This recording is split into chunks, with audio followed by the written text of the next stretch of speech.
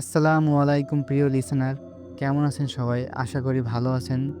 দেশ ও দেশান্তরের বাইরে থেকে যারা শুনছেন আমাদের নিয়মিত ভয়ের ঘটনাগুলো, সবাইকে স্বাগতম আমাদের ভূতপোকা ইউটিউব চ্যানেলে। কিছু কথা না বললে নয় প্রিয় লিসেনার, আপনারা সবাই জানেন ইতিমধ্যে ইসরায়েলি গণহত্যা কোনোভাবেই থামছে না ফিলিস্তিনির উপরে।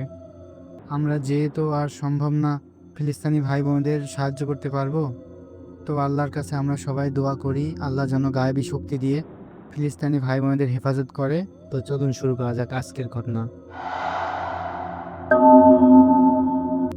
স্বাগতম লিসেনার আরও একটি নতুন ঘটনায়। বরাবরের মতো আরও একটি ঘটনা নিয়ে চলে আসলাম আপনাদের মাঝে। ঘটনাটি লাশবাহী লঞ্চের ঘটনা। ঘটনাটি সংগ্রহ করা হয়েছে এক লঞ্চ চালক ড্রাইভারের কাছ থেকে। উনি যেভাবে বর্ণনা করেছেন ঠিক সেভাবেই উপস্থাপন করছি। ঘটনাটি 90 দশকের ঘটনা। এক সময়ের অভিজ্ঞ ও সাহসী লঞ্চ ড্রাইভার ছিলেন। এখন তিনি ট্যাক্সি চালান। কিন্তু কেন তিনি লঞ্চ চালানো ছেড়ে দিলেন, তার পেছনে লুকিয়ে আছে এক ভয়ঙ্কর রাতের গল্প। তিনি তখন ঢাকা থেকে বরিশাল রুটের পরিচিত লঞ্চ ড্রাইভার ছিলেন। একদিন ঢাকা ঘাটে লঞ্চ নিয়ে বিশ্রাম নিচ্ছিলেন। রাত প্রায় সন্ধ্যা 6টা মতো বাজে। হঠাৎ একটা অচেনা লোক এসে বলে যে লঞ্চ রিজার্ভ নিতে চাই, যত টাকা লাগে দিব। তো লঞ্চ ড্রাইভার তিনি বলেন যে কি নিয়ে যাবেন লঞ্চে? তো তিনি বলে যে একটা লাশ নিয়ে যাব, তো যত টাকা লাগে আমি দিতে রাজি আছি। ড্রাইভার সাহেব প্রথমে রাজি না হলেও টাকার লোভে শেষ পর্যন্ত রাজি হয়। ঠিক সন্ধ্যা 6টায় সেই লোকটা নৌকার করে একটা সাদা কাপড়ে মোড়ানো লাশ নিয়ে আসে। লঞ্চে লাশ উঠানোর সাথে সাথে যেন মনে হলো চারপাশের বাতাস কেমন যেন একটা ভারী হয়ে গেল। লঞ্চটাও অদ্ভুতভাবে একবার কেঁপে উঠল লাশটা ওঠানোর পর লঞ্চে। ড্রাইভার সাহেব তখন লঞ্চ চালাচ্ছেন। ড্রাইভার সাহেবের একটা বদ অভ্যেস ছিল, তিনি সিগারেট খেতেন খুব। তো নিত্যদিনের মতোই তিনি সিগারেট ধরিয়ে জানলার বাইরে দেখার চেষ্টা করছিলেন। জানলার বাইরে তাকাতেই গা শিউরে ওঠার মতো ঘটনা ঘটে। চারপাশে যেন এত অন্ধকার, যেন কোনো কিছুই দেখা যাচ্ছে না। এমন অন্ধকার যে সার্চ লাইট জ্বালিয়েও কোনো কিছুই দেখা যাচ্ছিল না। অথচ রাতটা ছিল ঝকঝকে চাঁদের আলোয় ভরা, জ্যোৎস্না আলো যেমনটা হয়। এমন সময় বাইরে থেকে শোনা গেল ভয়ঙ্কর এক চিৎকার। দরজা খুলে চোখ কপালে উঠে গেল তার। লঞ্চের ডেকে জুড়ে 20-25 জন সাদা কাপড় পরা অদ্ভুত মানুষ। কেউ দৌড়াচ্ছে, আবার কেউ হাঁটছে, কেউ বা কাঁদছে। তাদের মুখে বিকট আকৃতির, চোখ মুখ একেবারে মৃত মানুষের মতো নিষ্প্রাণ। আর ভয়ঙ্কর দৃশ্য অপেক্ষা করছিল ইঞ্জিন রুমের পাশেই। ইঞ্জিন রুমের পাশেই ছিল সেই লাশ। হ্যাঁ, সেই লাশ দাঁড়িয়ে আছে সেই লঞ্চ চালকের ড্রাইভারের দিকে তাকিয়ে। এরপর উনি আতঙ্কে চিৎকার দিয়ে ওঠেন। ওনার চিৎকারে স্টাফরা দ্রুত তার কাছে আসে, এসে জিজ্ঞেস করে কি হয়েছে, কি হয়েছে। তিনি স্টাফদের বললেন লাশটা আমার দিকে দাঁড়িয়ে তাকিয়ে দেখছে। স্টাফরা বললেন লাশ তো ঠিকই আছে কফিনের ভিতরে, আলোও জ্বলছে ঠিকঠাক, কিন্তু সময়ের হিসাব যেন গোলমাল একেবারে। রাত 11টা থেকে 3টা কিভাবে চলে গেল তিনি নিজেও জানেন না আসলে। আরো রহস্যজনক ব্যাপার, মেঘনার মাঝে থাকার কথা, অথচ লঞ্চ তখন পদ্মা পার হয়ে ভোলার কাছাকাছি। মাথার ভিতরে অনেক প্রশ্ন ঘুরছিল যে কিভাবে সম্ভব এগুলো। ভোলার কাছে হঠাৎ লঞ্চ আটকে গেল, এক চরে।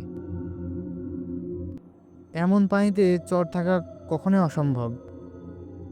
লঞ্চ চালক তার জীবনে এমন অভিজ্ঞতা খুব কমই হয়েছে যে চরে আটকে গেছে, কারণ তার এসব রাস্তাগুলো একেবারেই চেনা। ঠিক তখনই লাশ নিয়ে আসা লোকটি কাঁদতে কাঁদতে দেখলেন ড্রাইভার।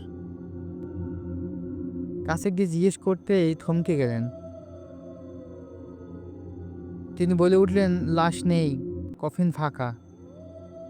লোকটির বর্ণনায় জানা গেল, কিছুক্ষণ সময় আগে বিকট শব্দে কফিনের ঢাকনা খুলে যায়, আর কফিনের ভিতর থেকে লাশ উধাও। এইটা নিয়ে পুরো জাহাজে তোলপাড় শুরু হয়ে যায় যে লাশ কোথায় গেল, লাশ কোথায় গেল। সে রাতের পরে সে লাশ আর পাওয়া যায়নি কখনো। সেই রাতের পর থেকে আর কোনোদিন লঞ্চ চালাননি সেই ড্রাইভার।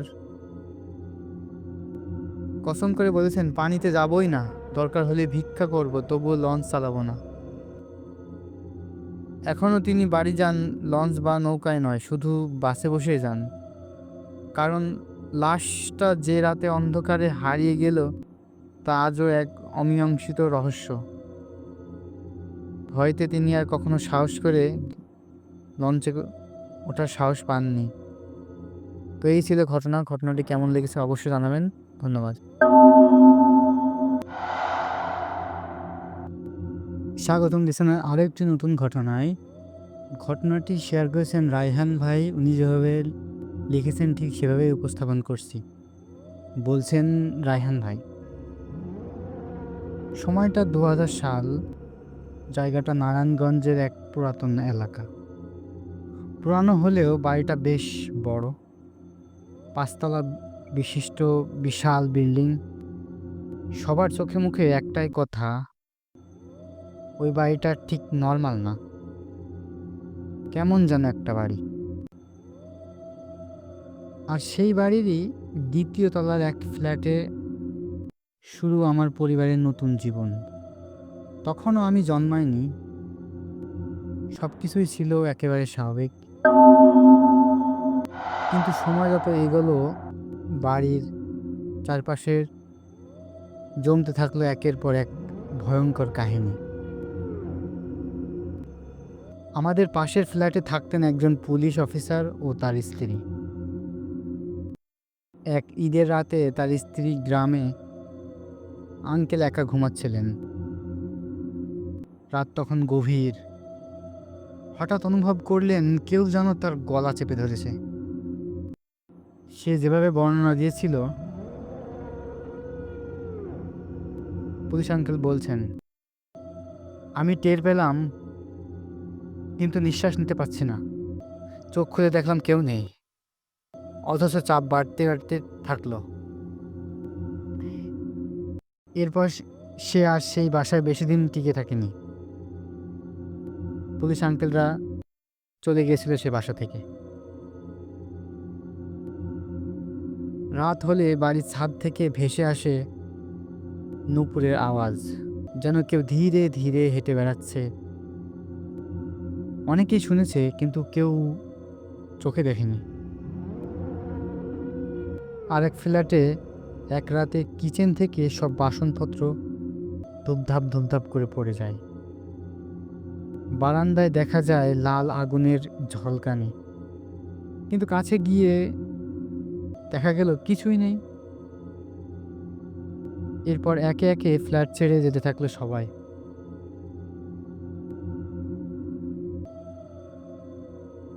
এরপর আমরা চলে যাই 5 তলার ফ্ল্যাটে। ভয়াবহ কাহিনী সেখান থেকেই শুরু হয়। কিন্তু আমি ঠিক করলাম এই বাড়ি ছাড়তেই হবে, যেভাবেই হোক বাড়ি ছাড়তেই হবে। তখন 2015 সাল। রাতে আমি ঘুমাতে গিয়ে প্রথম সেই ভয়ঙ্কর স্বপ্ন দেখি। আমার ছোটবেলার লাল ড্রেস পরা পুতুল ক্যানেডি ডল।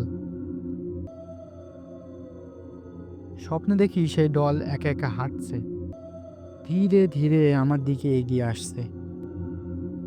বড় বড় কালো চোখ, পাথরের মতো ভারী শরীর। আমি নাড়াতে পারছি না। একদিন না, ২ দিন না, সপ্তাহের পর সপ্তাহ একই স্বপ্ন দেখছি। এরপর রীতিমতো আমি প্রতিদিন আম্মুকে বলি এই বাসায় কিছু একটা আছে। রাতে নুপুরের আওয়াজ, সাথে ছাদে কারা যেন ঘুরে বেড়ায়। আম্মু বলে ওসব কিছু না, তোর মনের ভুল হয়তো। শেষমেশে একদিন আব্বু নিয়ে এলো এক ভণ্ড তান্ত্রিককে। সে জানায় এই বাড়িতে এক মেয়ের আত্মা আছে। একই সময় এই বাড়ির পাশের গাছে সে আত্মহত্যা করেছিল। সেই আত্মায় নাকি আমাকে টার্গেট করেছে। আব্বু কিছুটা ভয় পেল, আম্মু তো রাগে ফুঁসে উঠল। আম্মু বলতেছিল এসব আবার হয় নাকি। তারপরেও মনের ভিতরে একটা ভয় থেকেই থাকে আম্মুর। এত ভয় নিয়ে আব্বু সিদ্ধান্ত নিল বাসা পরিবর্তন করতে হবে খুব শীঘ্রই। অবশেষে আমরা বাসা ছেড়ে চলে যাই এক নতুন ঠিকানায়।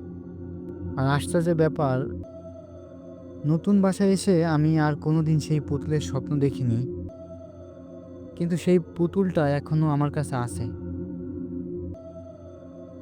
একদম নিঃশব্দ, নীরব। কখনো কখনো তাকিয়ে থাকি তার দিকে, মনে হয় সে কি সত্যিই কেবল একটা পুতুল, নাকি আমার শৈশবের ভয় এখনো লুকিয়ে আছে তার ভিতরে। তো লিসেনার, এই ছিল ঘটনাটি কেমন লেগেছে অবশ্যই জানাবেন। আপনার আশেপাশে যদি ঘটনা ঘটে থাকে তাহলে অবশ্যই আমাদেরকে শেয়ার করবেন। ধন্যবাদ।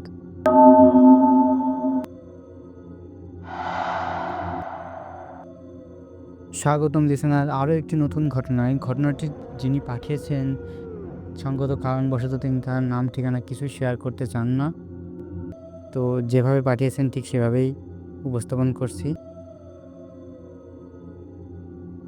মধ্যরাত, সবার অজান্তে নেমে এসেছে এক অদ্ভুত নীরবতা। চারপাশের শীতল বাতাস যেন নিঃশব্দে কোনো খারাপ কিছুর অপেক্ষা করছে। আমি তখন প্রচণ্ড মন খারাপে ঘুরছিলাম, হাঁটছি একা নির্জন পথে। রাস্তায় আমার পায়ের আওয়াজ ছাড়া আর কোনো শব্দ নেই। চারদিকটা এত নিস্তব্ধ, মনে হচ্ছিল এই নীরবতার মাঝে কিছু একটা আছে, অদেখা, অজানা, ভয়ঙ্কর কিছু, যা আগে কখনো দেখিনি। হাঁটতে হাঁটতে এসে পড়লাম সেই বিলের ধারে। জায়গাটা জাদুর মতোই সুন্দর, অথচ আজ সেই সৌন্দর্যের মধ্যেও এক অদ্ভুত শূন্যতা। পা ডুবিয়ে সিগারেট ধরালাম, চোখ বন্ধ করে টান দিলাম। হঠাৎ আমার স্পর্শকাতর ইন্দ্রিয় বুঝিয়ে দিল কেউ একজন পিছন থেকে এগিয়ে আসছে। চোখ মেলে তাকাতেই গায়ের লোম খাড়া হয়ে গেল। একজন লোক, টাক মাথাওয়ালা, চোখগুলা অস্বাভাবিক ছোট, ঠোঁট আরো ছোট, আর কান মনে হচ্ছিল মানবদেহের টানানো কোনো অন্য জগতের জীব। সে এগিয়ে এলো, বিলে নেমে মাছ ধরতে শুরু করলো।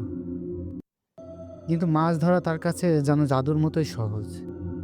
হাত বাড়িয়ে তুললেই উঠে আসছে বিশাল বিশাল মাছ। বিষয়টা অদ্ভুত মনে হচ্ছিল। সবচেয়ে অদ্ভুত, প্রতিটা মাছ নিজের বুকের চাদরের ভেতর ঢুকিয়ে নিচ্ছে। আমি ওখান থেকে চলে আসতে গিয়েও পিছু ফিরে তাকালাম। লোকটা একবারও সেই ভাঙা টিনের ঘরের দিকে ঢুকে গেল। ঘরটা যেখানে বহু বছর কেউ থাকে না। আমি রাতে বাসায় ফিরে ভাবছিলাম ব্যাপারটা একটা দুঃস্বপ্নের মতো, ভুলে যাব।